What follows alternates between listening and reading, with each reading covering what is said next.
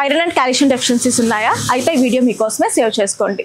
మనం ఒక 20 years back ప్రతిదీ ఐరన్ డెఫిషియన్సీస్ ఉన్నా ఆర్ కాల్షియం డెఫిషియన్సీస్ ఉన్నా ఈవెన్ కొంచెం కండరాల బలం కోసమైనా కానీ బోన్ ఎక్కువ డెన్సిటీ ఇంక్రీజ్ అవ్వడం కోసమైనా కానీ మనం యూజ్ చేసేది చిరుధాన్యాలు, పప్పు ధాన్యాలు. కానీ ఈ రోజుల్లో మనం చాలా వరకు మన బాడీకి మేలు చేసే ఎన్నో చిరుధాన్యాలని, పప్పు ధాన్యాలని మానేసాము. సో అలాంటి ఒక super food iron and calcium increase చేసేది ఉలువలు. ఈ ఉలువల్లో బేసిక్గా ఒక 100 grams ఉలువల నుంచి 22 grams ఆఫ్ ప్రోటీన్ ఉంటుంది. ఒక మీల్కి సరిపోతుంది ఈ ప్రోటీన్.